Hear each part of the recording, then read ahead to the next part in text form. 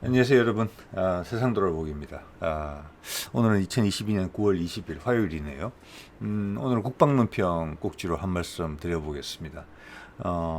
오늘은 그 차세대 전차 K3라고 보통 부르는 것 같더라고요. K2 다음 K3 여기에 대한 이야기를 좀 해볼까 합니다. 이게 지금 보면 상당히 미래지향적으로 생겨서 뭐 여기저기 언론에 노출된 부분도 있어서 이 모습을 아마 보신 분들은 많이 계실 거라고 봅니다. 근데 제가 이제 좀 쭉 파악을 해본 바에 따르면 이것이 이 모양이 가리키는 것만큼 먼 미래에 있는 물건은 아니다. 우리한테 상당히 가까이 있다. 우리가 K2 전차를 개발할 때도 90년대 뭐 중반 이때쯤 시작을 했고 한 12년 걸렸거든요. 그래서 초창기 이 모델들이 나올 때는 한 40년대에는 가야 나오지 않을까. 그러다 좀 시간이 지나니까 30년대 중반 그런 이야기가 나오고 또 이제 우크라이나전 또 폴란드의 또 대규모 수출 이런 건이 나오면서 시간표가 조금씩 빨라지는 느낌이에요. 그래서 오늘 제가 제시하는 자료들을 보시면은 정말 멀지 않았구나 이것이 이런 것들이 실제 가능할까 이런 생각을 아마 하시게 될지도 모르겠습니다. 자 그러면 해볼게요. 자 이게 이제 좀 전에 말씀드린 이게 작년 아덱선가 그때 제가 찍은 사진인데 이거는 이제 업계라 그러면 로템이죠. 뭐 로템 현대 로템에서 제안한 형태인데 지금 우리 이제 정부에서도 이 안을 기본적으로 가지고 시작하는 것 같아요. 즉 이것은 이제 물론 업계만 관여하지는 않았겠죠. 여기도 이제 뭐랄까 국방과학연구소하고 같이 해서 이것이 단지 개념 설계뿐만이 아니라 어느 정도 뭐라고 할까 탐색 개발은 좀 끝났고 이제 본격적인 체계 개발에 들어가는 그런 지금 시점이 아닌가 2022년이 그런 생각을 하게 됩니다. 네. 한번 볼까요? 이건 뭐 이게 이제 정부 관련해서 이제 뭐랄까 국방 관련 연구 논문에서 이제 나온 내용이죠. 이 논문을 쓴 저자들은 대부분 현대 로템이나 현대 자동차에 소속되어 있는 연구원들이에요. 그래서 이 모양이 그냥 간다는 거죠. 이 미래지향적인 것이 그냥 개념 설계가 아니라 이 모양을 추종할 가능성이 높다 이렇게 보인다는 거죠. 여기 보면 이제 새로운 것들이 많이 보여요. 그래서 이게 실제다 이렇게 생각하시면 될 것 같아요. 여기서 조금 변형이 가해질 수 있다. 이렇게 보는 게 더 현실적인 해석인 것 같아요. 여기 보면 뭐 기존에 있는 것도 많이 있는데 짧게 훑어보면 자동 장전 장치 이미 K2도 그렇고 우리 사람을 한 명 줄인 거 아니에요? 보통 전차 4명에서 3명을 줄였고 원격 무인 뭐 무기 체계 RCWS 능동 파괴 APS 알고 계시죠? 그 다음 이제 좀 처음 보는 게 캡슐형 승무원실 이게 돼 있어요. 여기도 승무원이 지금 이제 추후 말씀드리겠습니다만은 승무원은 3명이 될 것 같아요. 근데 그 3명이 모두 다 차체에 탑승합니다. 즉 포탑이 무인화되는 거예요. 그래서 포탑이 지금 상당히 작게 느껴지는 거예요. 상대적으로. 여러 가지 이점이 있겠죠. 무게 절감부터 시작해가지고. 그래서 그걸 캡슐형 승무원실이다. 이렇게 표현을 했어요. 3명이 나란히 앉는 거예요.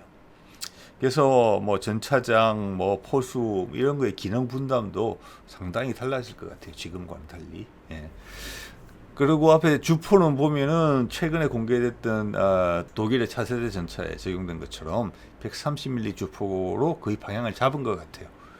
뭐 전열 화학포나 레일건 이런 건 아닌 것 같습니다. 네. 그런 기술 그것이 아직 현실화되기에는 좀 이르다 이렇게 판단하는 것 같고 그 오른쪽을 보시면 360도 카메라가 보이죠. 그러니까 뭐 차체 내부에서 승무원이 어차피 제일 차체에다 타는 거니까 360도 카메라로 이제 전장 상황을 이제 헬멧이나 아니면은 뭐 이게 모니터로 360도 고개만 들려도 다 보는 것이죠. 지금 아마 모니터 쪽으로 생각을 더 많이 하고 있는 것 같아 보여요. 그 다음 방호 장치 부분이 상당히 강화됩니다. 급조 폭발물 IED라고 그래서 그거를 이제 무능화하는 장치, 뭐 전파 방해 장치 이런 거겠죠. 기본적으로는 그런 게 있고 다목적 미사일이라고 돼 있어요. 그다음에 연막탄 360도 레이더는 기존에도 레이더가 있죠. APS하고 관련해서 있고 보자. 그다음 드론을 탑재하는 것으로 돼 있어요. 예. 자, 만인 공간 효율적으로 바뀌게 된 포탑의 한 부분에 지금 드론을 장착하는 것으로 돼 있고, 이거는 향후 이 K3 전차가 NLOS, 즉 전차 프로는 대부분 직사잖아요. 직사. 그게 아니라 청검 미사일처럼, 즉 우리 가시선 밖에 있는 거, 가시선 너머에 있는 적들도 드론과 대3자 아니면 어떤 정찰 체계를 이용해서 이렇게 곡사포처럼 장갑 차량을 공격할 수 있는 그런 기능과 연계가 되어 있는 것 같아요. 물론 당연히 정찰 기능도 뭐 기본적으로는 되겠죠. 드론이 가지는 기본적인 혜택들. 그다음 장갑, 현수 장치, 그리고 요즘 뭐 대세가 되어 있는 고무 궤도, 자 이런 것들이에요. 이런 것들이 어떻게 우리가 준비가 되고 있는지 이 주요한 부분에 대해서 한번 설명을 드려보려고 해요. 자, 이게 좀 전에 말씀드렸던 그 연구예요. 현대로템이나 현대자동차에서 나온 연구 논문인데, 이게 제시된 게 이래요. 차세대 전차 승무원실 개념 설계에 대한 연구, 이렇게 돼 있죠. 여기가 이제 많은 걸 알려줘요. 이렇게 설명이 않는 거예요. 자, 똑같이 조종관이 있죠. 다기능 조종관이에요. 이걸 보시면 아시겠지만 헬리콥터 조종사, 부조종사 쓰면 이렇게 되는 거예요. 누구나 다 조종할 수 있어요. 그래서 기존에 뭐 전차장, 포수, 뭐 조종수 이런 거의 기능이 옅어진다는 거죠. 그리고 그 기능이 서로 중복될 수 있다는 거죠. 그래서 새로운 성문의 역할 분담이 이제 가능해지는 이런 부분이고, 말씀드린 것처럼 이것은 무인 포탑이기 때문에 이제 가능해진다는 부분이 있겠죠. 그래서 이런 걸 아마 기초 연구, 탐색 개발 정도 수준에서 한 거고, 기본적으로는 이 방향을 정부 과제에서 채택을 한 것 같아요. 왜냐, 이걸 과제화 시켰거든요. 탱크 전체 개념 설계를. 그래서 이게 이제 현대로템에서 나온 그들의 홍보물에서 나오는 등장하는 차세대 전차의 모습이에요. 그러니까 이게 단지 연구자들이 미래지향적으로 그린 그림이 아니고, 이 기능과 디자인이 이미 연계가 돼 있는 부분이 상당히 크다는 것이죠. 기초 연구에, 탐색 연구의 결과가 이미 반영이 돼 있는 거예요. 여기서부터 체계 개발이 되면서 필요에 따라서 조금 이제 가감이 일어날 수 있다, 이렇게 보시면 맞을 것 같아요. 자, 그리고 이게 정부 과제화가 됐더라고요. 이 부분이 가장 직접적인 이유죠. 이 과제가, 이 전차가 현실의 전차구나. 한 10년 안팎이면 우리 눈에 보일 수 있겠구나, 시제 차량이. 그거의 핵심 증거가 되는 부분이라고 볼 수 있겠어요. 과제명 볼까요? 차세대 전차용 저소음 동력 장치 및 대구경 무장 설계 기술, 무기 체계 패키지형 응용 연구, 여러 가지 의미가 있죠. 일단 제목은 전체 과제 한 부분을 제목화한 것 같아요. 차세대 전차 개발 이런 식으로 안 하고, 그걸 의도적으로 그랬을 수도 있다고 생각이 듭니다. 패키징이라는 것은 각각의 과제를 떼서 주는 게 아니라 이 과제를 하나로 묶어서 전체 무기 체계 개발에 용이하도록 할 때 쓰는 과제 방식이거든요. 왜냐하면 다 상관이 있는 거니까. 엔진 따로 개발하고 포 따로 개발할 게 아니다, 이런 거예요. 승무원실도 마찬가지고. 그것들이 서로 묶여져서 하나의 전차로서 작동을 해야 되는 것이기 때문에 전체를 하나 패키지로 묶었다는 뜻이고, 응용 연구라는 것은 기초 연구가 됐다라는 거예요. 그래서 제가 거듭 말씀드리는 겁니다. 앞서 봤던 그림들이 상상 속의 산물이 아니라는 거예요. 이미 여러 기초 연구를 바탕으로 최적화되어 있는 지금 수준에서는 그런 디자인이라는 겁니다.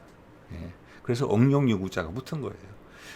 그리고 연구 기간 보세요. 2022년 12월, 금년 12월부터 시작하는 것으로 되어 있어요. 그 4년간 연구비 450억 원이에요. 좀 이따 구체적인 내용을 보시겠습니다만은 26년이 돼서 이 모든 연구 목표가 이루어진다면 차세대 전차의 모든 것이 준비되는 거예요. 자, 개발 기간 및 일정 예시되어 있는데, 일정 예시라고 되어 있지만 저 예시는 뭐냐면은 각각 요소 기술을 개발하는데 걸리는 시간을 의미하는 것인데 제 이해는 뭐냐면 전체 개발 기간은 26년까지가 맞아요. 근데 개발 과제별로는 좀 달라질 수 있는 부분이 있죠. 감이겠지만은 주로 감이겠죠. 우리 정부에서 미리 여러 가지 업체와 또 정부 기관, 뭐 국방과학연구소에서 관여를 해서 면밀히 짜는 계획이에요. 이거는 거의 이대로 될 가능성이 상당히 높다. 이렇게 보는 게 타당하다고 봅니다. 경험에 근거했을 때. 자, 이거 볼게요. 이걸 다 들어갈 수는 없으니까 지금은 개괄적인 것만 말씀드려 볼게요.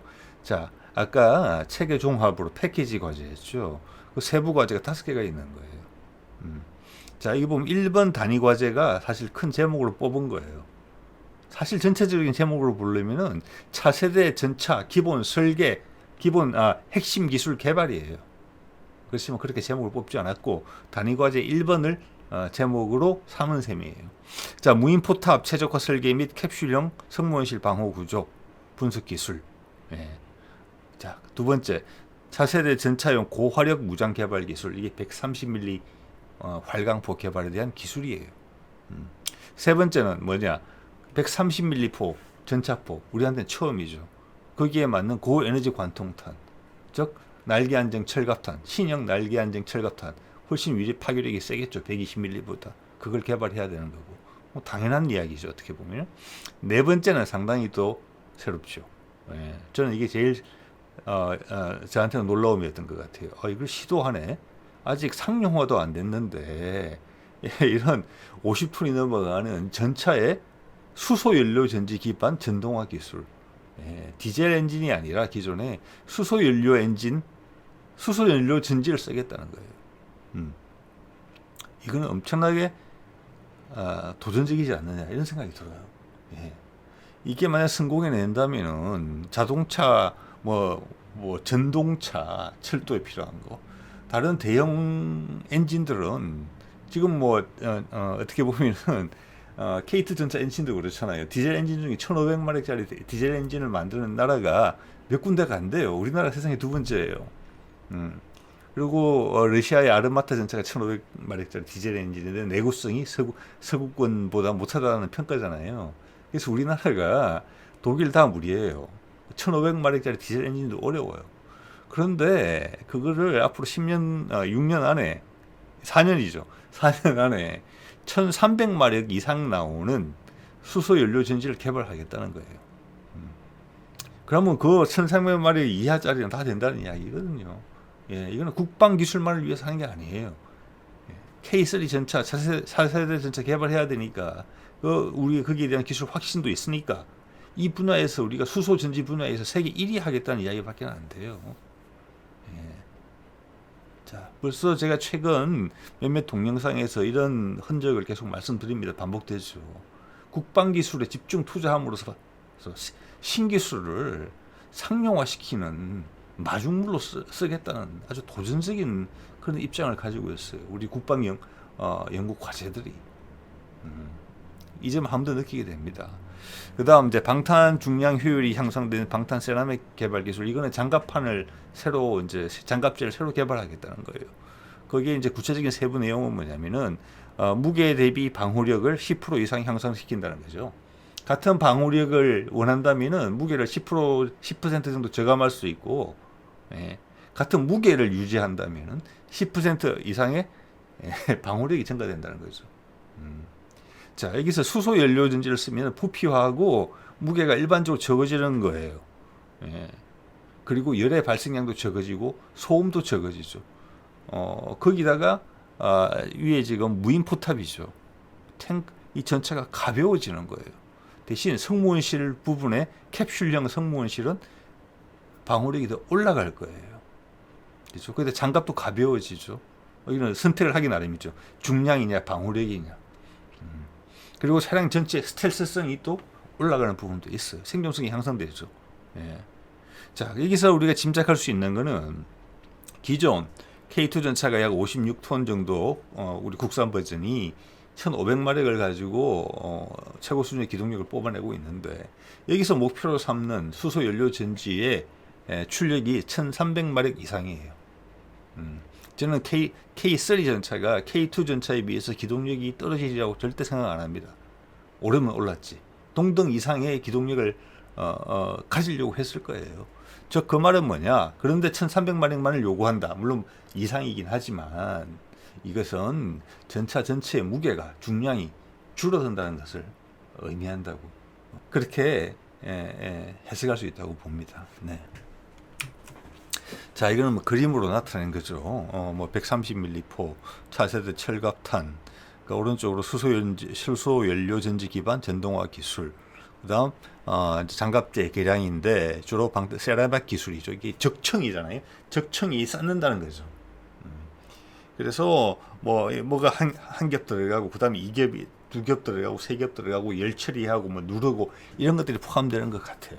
제일 위에 보면 이제 무인 포탑 최적화 설계 및 캡슐형 승무원실, 방호 구조 분석 기술 이렇게 돼 있죠. 이게 이제 이 5개 세부 과제 중에 한 개의 단위 과제인데 이걸 전체 과제 제목으로 삼았다는 말씀을 아까 드린 바가 있죠. 예. 자, 이거는 앞서 말씀드린 그 캡슐형 승무원실에 대한 이제 추가 자료인데요. 말씀드린 것처럼 3명의 승무원이 차체죠. 포탑이 아니고 차체 앞부분에 3명이 나란히 앉게 된다는 말씀을 드린 건데 이것이 이제 우리가 첫 번째는 아니죠. 아시는 분들 아시겠지만 러시아의 최신형 전차인 T-14 아르마타 전차가 이런 지금 구조를 채용했죠. 그래서 향후는 각국의 주력 전차가 이런 방향으로 진행되지 않겠느냐. 여기 이제 연구 논문을 보면은 이미 우리는 이제 모형까지 만들어 가지고 여러 가지 테스트를 했어요. 그래서 그 결과를 논문화 시켰어요. 이게 거의 체계 개발 과제로 보이거든요. 그러면 기초 연구한 거 이게 탐색 개발 연구예요. 그러니까 이걸 바탕으로 해서 이게 타당하다고 봤기 때문에 이 방향으로 가기로 결정했다. 이렇게 보면 될 것 같아요. 예. 자, 그래서 그것이 지금 이제 폴란드 수출 K2 그럼 기술 이전돼 있고 우리는 그 다음 기술을 이제 도망을 가야 되는 거잖아요. 기술적으로 폴란드 기술 이전해주고 그리고 또 우크라이나전 같은 걸 통해서 각국의 차세대 전차의 개발이 약간 가속화되는 느낌이 있기 때문에 조금씩 더 빨라지는 거예요. 우리가 지금. 자, 그러면 뭐 과제 세부 과제를 다 소개를 드리려면 너무 시간이 많이 걸리니까 그 중에서 이제 이번에는 대구경 무장 탑재, 무인 포탑, 체계 적용성 및 개념 설계 기술 요 내용을 한번 살펴볼게요. 간단히. 자, 여기 보면은 포탑이 무인 포탑이 됐으니까 공간이 많이 생기는 거예요. 예전에는 가운데에 승무원들이 앉아야 되기 때문에 그 빈 공간이 있어야 되겠죠. 그럼 포탑이 커져요. 그래서 자동 장전 장치에 필요한 포탄을 뭐 몇십 발, 40~50발 싣기 위해서는 뒤에가 툭 튀어나와야 되겠죠. 가운데 격벽이 있고. 그래야지만 또 포탄이 유폭이 되면은 또 승무원한테 피해를 안 끼치고 밖으로 또 터져서 화염이 나가야 되기 때문에 그래서 커져야 되는데 지금은 승무원이 빠지기 때문에 공간이 많이 줄어들게 되는 거예요. 무게 이점도 있겠고 그 빈 공간을 어떻게 향후 전차는 K3 전차는 또 새로운 기능들을 좀 많이 넣어야 되잖아요. 자, 그 부분들을 어떻게 최적화하느냐 부분이 이제 과제의 한 부분이라는 것이고 이미 이제 제시되어 있는 그 K3의 모델에 이미 그것이 많이 반영이 돼 있다. 그것에서 출발한다. 이렇게 보면 될 것 같아요.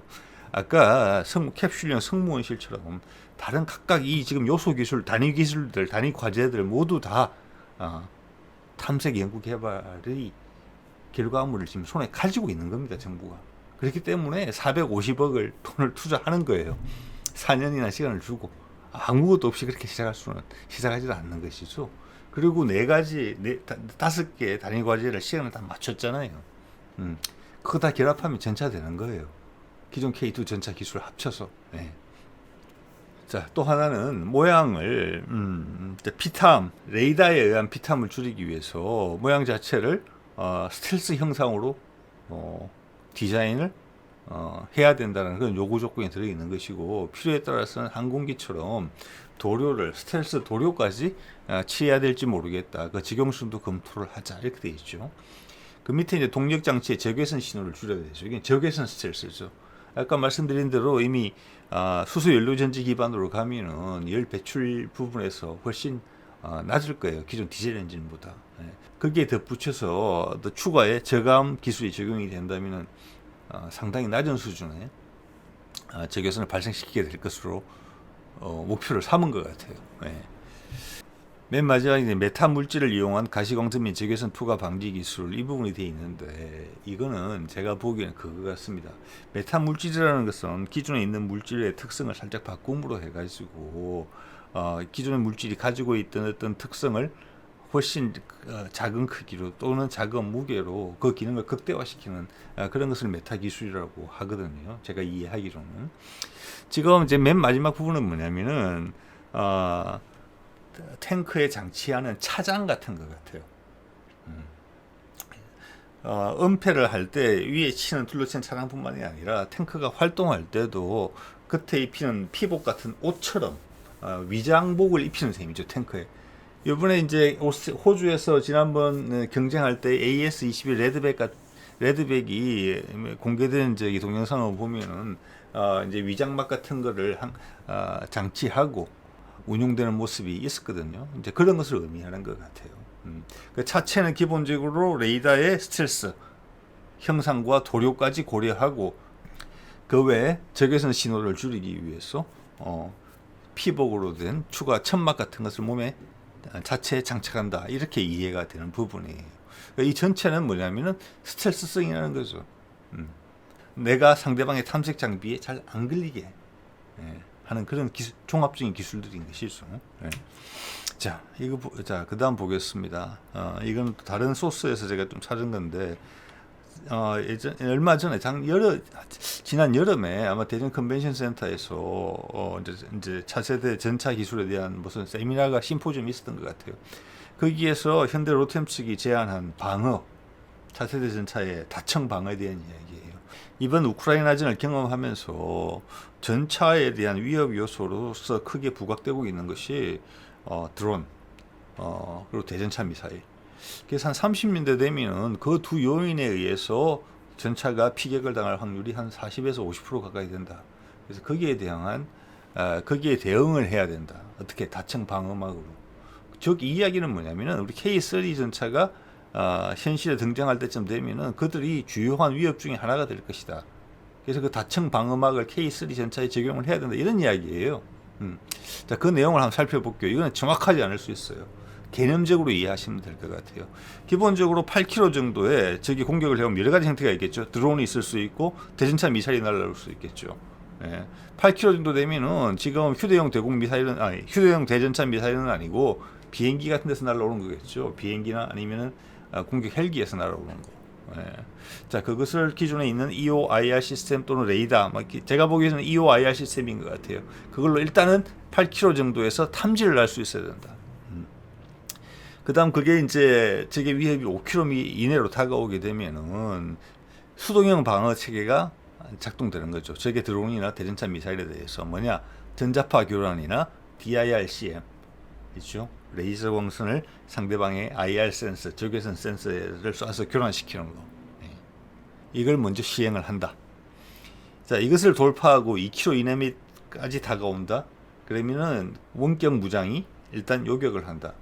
제가 봤을 때 미래의 지금 전차 K3에 나오는 원격 무장이 12.7mm보다는 좀 큰 대구경일 가능성이 높아 보이거든요. 이게 이제 추정입니다. 30mm까지 되지 않겠냐 생각이 들어요.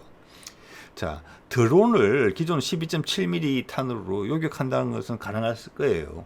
그렇지만 대전차 미사일을 12.7mm로 요격하기는 어렵거든요.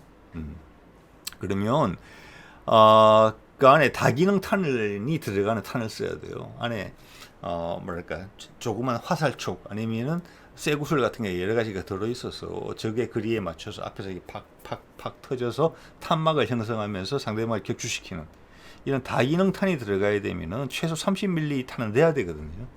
이건 이제 추정입니다. 여기서 RCWS는 드론에만 국한되는 이야기일 수도 있어요.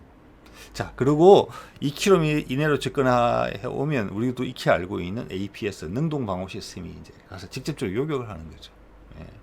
자, 이런 다층 방어막이 작동이 될 것이다. 그래서 2개 총, 3개 총, 이게 보면은 탱크 하나가 우리 한국형 미사일 방어 체계처럼 되는 거예요. 예. 중간 단계 요격, 그 다음 종말 단계 요격, 예. 그렇죠? LSM, 그 다음 MSM, 이렇게 방어하는 거랑 같은 개념으로 보시면 되겠어요. 탱크 하나를 기준으로, 한 대를 기준으로. 또 하나 여기서 이제 의외로 중요한 부분이 뭐냐면은, 제가 말씀은 8km에서 1km라고 말씀을 드렸는데, 자, 저게 드론이나 드론은 뭐 그렇게 빠르지 않는다고 보고, 저게 대전차 미사일이 날라올 때 시간이 얼마 안 걸립니다. 발견하고 우리가 대응할 때까지. 그러면 여러 가지 대응 체계가 있고, 저게 공격의 패턴에 따라서 적절한 대응 체계가 다를 수가 있거든요. 그래서 이 부분은 사람이 판단하기가 어렵다. 여기는 인공지능이 판단을 해야 되는 부분이다. 예. 왜냐, 대응 시간이 짧기 때문에, 그리고 동시다발적으로 발생할 수도 있기 때문에, 전장 상황이 또 혼란스러운 와중에 이런 공격까지 덧붙여질 가능성이 많기 때문에, 그래서 여기는 AI라 소프트웨어라는 부분이 상당히 중요한 부분이다. 예. 자, 그게 더 진행이 되면 이제 무인화로 갈 수도 있는 또 징검다리가 된다. 그런 기술들이. 일단 차세대 전차에 이런 것들이 적용이 된다면, 그 다음 뭐 자주포나 뭐 보병 전투 장갑차나, 그 다음 기존에 이미 등장하고 있는 무인 드론들이 있죠. 육상용 드론 같은 거, 그런 거에 적용하는 것은 아주 금방 이루어질 것이다. 이렇게 볼 수 있을 것 같아요. 그러면서 또한 선봉에 서 있는 게 K3죠. 수소연료 전지하고 또 마찬가지인 셈이죠. 어떻게 보면. 자, 그것이 우리가 지금 우리 국방 관련 연구 기획이 무서운 점이라고 봅니다. 예. 하나를 가지고 전체를 이끌고 가려고 해요. 여러 차례 무기체계에 적용할 수 있고 민간 산업까지 땡겨 오려고 해요. 이런 거는 미국도 못하고 있는 겁니다. 미국, 제가 여러 번 말씀드립니다만, 미국 방산업체가 지금 고비용 구조가 돼 있는 것은 뭐냐면은 각자가 고립돼 있거든요. 이 기술은 내 거고 딴 데를 공유하지 않지요. 어차피 세금으로 사는 거니까 난 비싼 가격을 매기면 되는 거죠. 그들이 절대적인 기술적 우위가 있을 때는 비싼 값을 치를만 해요. 그렇지만 그 기술적 격차가 좁혀지면 그런 비용적 부담은 국방 안보를 떨어뜨리는 주범이 될 수도 있는 거죠. 예, 지금 그런 변혁의 시기가 지금 오고 있는 것 같습니다. 또 하나는 이제 공격이라는 부분에서 보면, 이건 제 추정이 좀 많이 들어가는 거긴 한데, 말씀드린 것처럼 전차포는 직사화기인데 130mm가 되더라도 직사화기임은 어쩔 수가 없어요. 그죠? 유효 사거리가 좀 길어질 수는 있겠지만. 네. 그래서 이게 드론이라는 것을 주목하게 돼요. 예, 드론이 가서 정찰을 한다. 물론 그 외에 육군에서 운용하는 뭐 사단급 정찰기, 여단급 뭐 정찰 드론 이런 게 다 있죠. 군단급도 있고. 그들에게서 전장 정보를 당연히 공유를 받겠지만, 전차 하나라도, 지금 보면 전차 하나가 거의 항공모함 같아요. 자기가 스스로 탐색할 수 있는 기능도 가지겠다는 거예요. 그래서 여러 방어망을 가진다는 거죠. 그래서 그게 지난번에 말씀드린 모자이크 전장과 일치되는 거예요. 주변에서 도움을 못 받을 때는 내가 직접 한다는 거죠. 또 내 드론으로 상황이 어려워져서, 전장이라는 게 그렇죠. 예상 밖의 상황이 벌어질 수 있는 거죠. 우리가 타격을 입을 수도 있는 거니까. 그렇지만 내가 올린 탱크 하나가 올린 드론에서 잡은 정보로 내가 우리 부대 전체에 그 상황을 공유해 줄 수도 있는 거거든요. 그래서 모자이크입니다. 하나가 구멍이 나도 다른 걸로 메꿔주는 거예요. 그 모든 드론을 동시에 떨어뜨리기는 어려운 것이죠. 네. 자, 그런 면에서 봤을 때는 NLOS 무기를 우리가 신경을 쓰고 있다, 이렇게 볼 수 있을 것 같아요. 두 가지 정도 생각해 볼 수 있어요. NLOS라는 것은 가시선 밖에 있는 적을 공격한다는 거죠. 즉 건물 뒤에 숨은 적, 저쪽에 은폐하고 있는 적, 즉 곡사화기가 필요한 부분이거든요. 그래서 거기에 대해서 두 가지 안을 가지고 있는 것 같아요. 차세대 전차는 가끔 외국에서 언급하는데, 우리 K2가 포로 발사하는 상부 공격용 탄을 가지고 있다라는 이야기들을 해요. 근데 국내 자료에서는 전혀 보이지 않거든요. 자, 그런 것들이 예를 들어서 직사화기를 곡사화기로 쓰면 105mm 곡사포 같은 경우도 최대 사거리가 10몇 킬로가 10km가 넘게 나오잖아요. 그럼 130mm를 곡사로 쏘면 그 정도는 최소한 날아갈 거예요. 거기서 이제 탄두가 분리되면서 그 성형 자격탄이 나오면서 상대방의 탱크의 상부를 공격할 수 있는 그런 복합탄은 지금도 뭐 개발 중이잖아요. 우리 155mm 포 같은데. 그래서 전차포를 뭐랄까 곡사화기로 사용해서 복합탄두를 이용해서 적전차를 공격할 수 있는 그런 컨셉, 일반적인 컨셉. 지금도 뭐 준비가 되고 있는 것이죠. 다른 뭐 155mm 곡사포 체계에서 그런 것들의 한 형태를 탄의 종류를 교체함으로써 가능할 수 있는 부분이 있겠다는 말씀을 드리는 것이고, 또 하나는 이제 현궁 같은 경우는 지금 NLOS는 되지는 않거든요. 사거리 3, 4km. 그래서 청금의 지상형, 지금 한화에서는 청금 지상형을 사거리를 24km까지 늘리는 문제가 없다는 이야기를 하고 있어요. 예. 그래서 청금 지상형 같은 미사일을 아니면 축소를 하더라도 사거리를 차세대 전차에 장착을 한다면은 NLOS가 또 가능한 방식이 되지 않겠느냐. 상당히 장거리에서 드론의 수색 능력을 10분 활용할 수 있는 부분이 되겠죠. 그러면 적 전차는 20km 이상부터 우리 전차의 공격 목표가 되는 거예요. 그래서 좀 더 다가오면은 그 다음 복합탄두 뭐 6km, 7km, 8km 그거까지 생존하고 넘어와야지 그 다음 세 번째 마침내 우리의 철갑탄을 맞닥뜨리게 되겠죠. 수킬로미터 내려 들어오게 되면. 예. 그래서 방어만 다층이 아니라 공격도 다층으로 될 가능성이 높다. 스스로의 드론 가지고도 할 수 있고 여단, 사단이 제공하는 정찰 자산에 도움을 받아서도 그게 가능할 수도 있고.